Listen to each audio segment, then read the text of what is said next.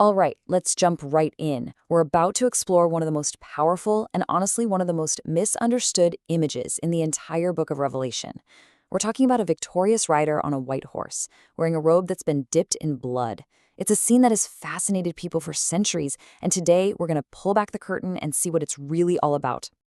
And here we have it. This is the verse right at the heart of the mystery. It describes this incredible, triumphant figure whose name is the Word of God, and yet he's wearing a garment that's just soaked in blood. Right away, you've got this powerful paradox that we really need to solve. So this brings us to the big question, right? Is this what it looks like on the surface? A vision of future warfare, a warrior just splattered with the blood of his enemies? Or is this imagery pointing to something much, much deeper? Something else entirely? Well, let's find out. To figure out the deal with the robe, we first have to understand the rider himself. So he shows up on a white horse. I mean, that's a classic symbol of victory and triumph. But there's a really key detail here. He isn't presented as someone who is about to go fight. He's arriving as a victor who has already won.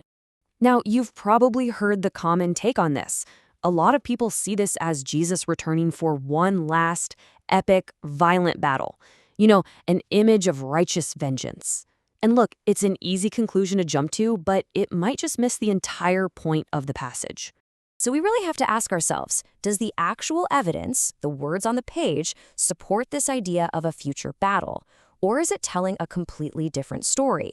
A story about a victory that's already in the bag?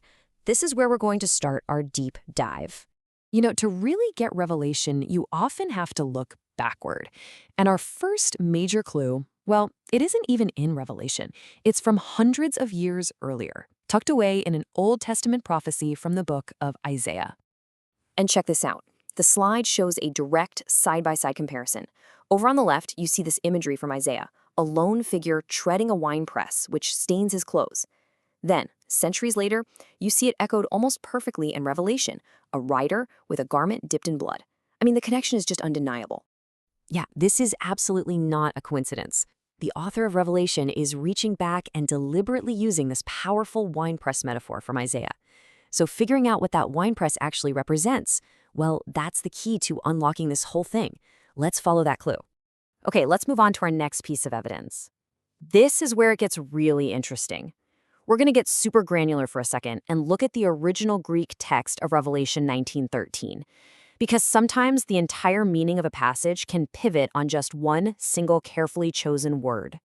Now, I know this might look a little intimidating, but trust me, it's simpler than it seems. You can see the Greek words for garment and blood.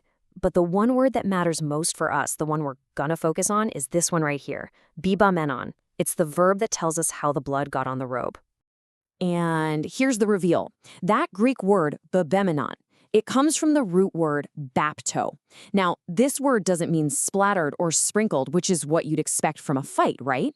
It means to be deliberately dipped, to be fully immersed. It's actually the same root word that we get baptized from. This is a total game changer. The grammar here points not to the chaotic random spray of blood in a battle, but to a purposeful, complete immersion. The robe was dipped in blood. That one little word choice completely shifts the meaning away from a scene of active combat. Okay, so let's put our clues together. We've got the winepress imagery from Isaiah, and we've got this very specific Greek word for dipped. So what's the conclusion? Where does this all lead? It points to a victory that's already been achieved, not one that's about to kick off.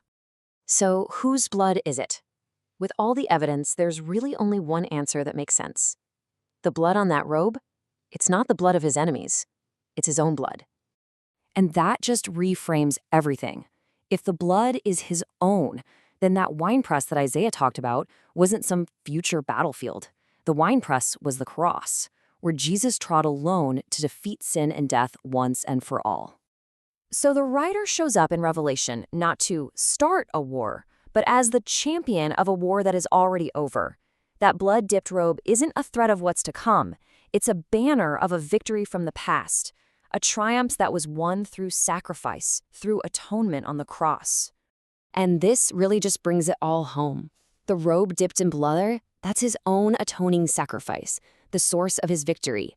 His name, the Word of God, points to his identity as creator and king. The white horse is all about purity and triumph over death. And the cross?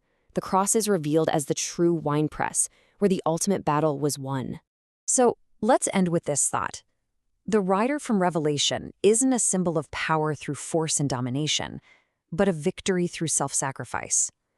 So if the greatest victory in all of history was won not by taking the lives of others, but by giving one's own, how does that totally redefine what we think of as strength and what true power really looks like?